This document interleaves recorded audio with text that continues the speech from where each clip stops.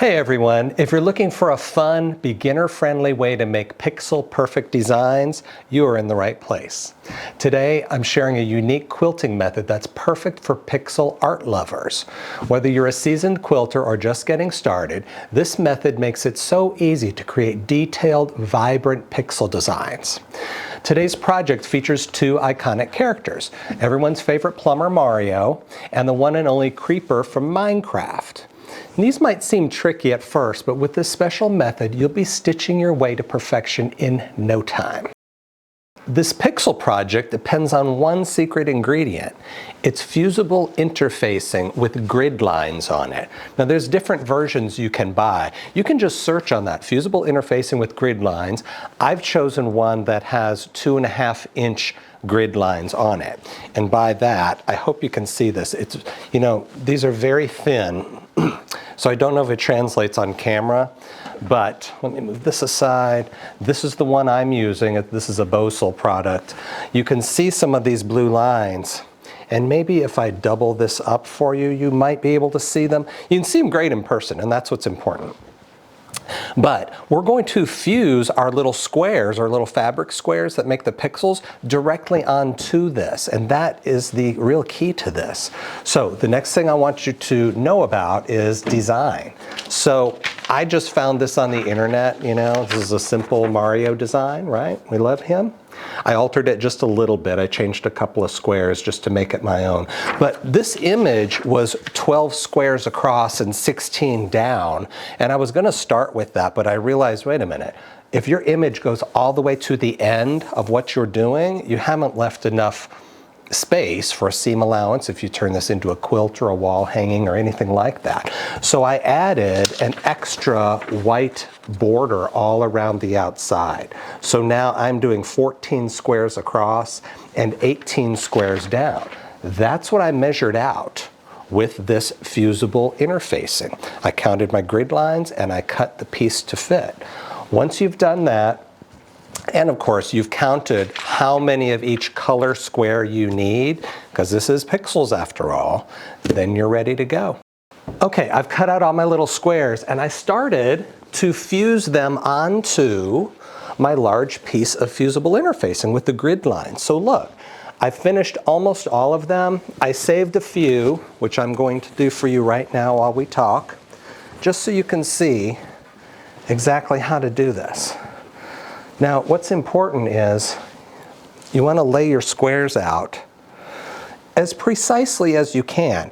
I can see my blue lines, my blue grid lines.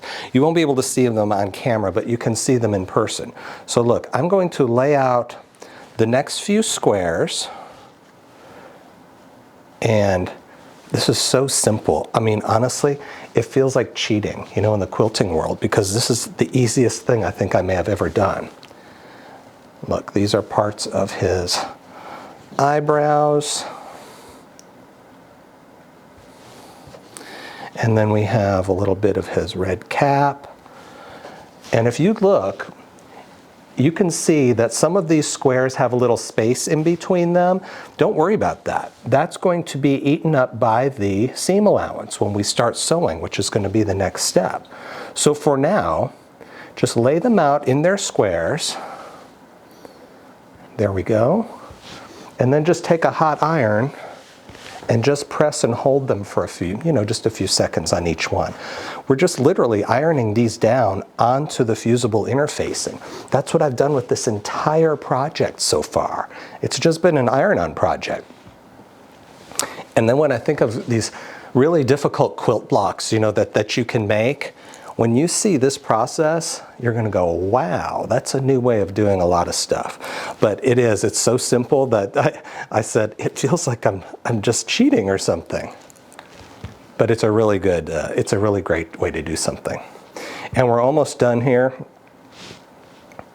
And then the next step is we get to start sewing this. And it's very simple. If you're a beginner, all you need to be able to do is sew a straight line, and you can do this project. So look, here's the rest. So now my entire image is fused onto my interfacing, right? So here's where it gets interesting. We're going to start sewing I'm going to sew my columns together. I mean, they're already together, right? But they're not sewn together. So I'm going to start from the right and fold this column over onto the second column. The nice part about this is those grid lines and the way we've laid out our little squares. This fold happens all on its own. So I have a nice fold right here. I'm going to go to the sewing machine. I'm going to stitch a 1/4 inch seam allowance all down this folded edge, all the way to the bottom. Now when I've done that, I'm going to then fold it on the next column. Stitch a 1/4 inch. Then I'm going to fold it along column 3. Stitch another inch, 1/4 of an inch. All the way across until we've finished all the columns. And then we want to press this open. And then we'll talk a little more. So I have finished stitching on the columns. All these columns now are sewn together and I've pressed this open. Take a look at this. This is kind of a tall, thin Mario, right? Well, we're going to fatten him up a little bit because we have to next sew the rows. But before we do that, you need to know something. Look at the back. The back of this looks so nice and neat. On the back, we don't have any extra threads or anything like you would on a normal quilt top, right? So what we have, before we start folding our rows right sides together, we're again going to stitch a 1/4 inch line. We have to clip where the blue line is. Now you may not see it on camera, but because we use this fusible interfacing with a grid, the grid lines still show up. I can see a blue line all through here. It shows me where my rows are. So I want to clip everywhere that there is a blue line. So let me go right there.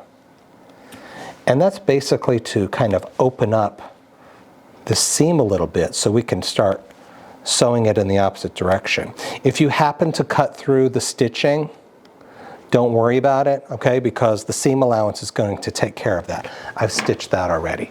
So I want to talk about the rows. Let me show you this row, which has not only red but white, and maybe you can see it better. We're going to stitch across the rows, of course, a 1/4 inch seam. But look, we have these little seams from the columns. And what I want you to do is keep one of them on top, fold the other one to the bottom. We're going to do that on every single piece on this first row. Top one goes into the sewing machine and the bottom one faces you. So after you've done that row and you go to the next row, do just the opposite.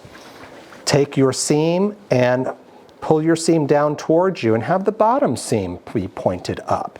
Just do that every other row going down. And after you have finished stitching all of these rows, take it to the iron and press it open. And look at the final product. I absolutely love this. It's so cool because it looks so great. I mean, all of the squares, they look pretty much perfect. I call this perfect pixels. And the back, because we really put this on a fusible interfacing, the back is fantastic. It's just as perfect as the front. And you know, you don't have all the loose threads like you have on any quilt topper. So what will I do with this one? I don't know, maybe make a nice wall hanging because it's just so great.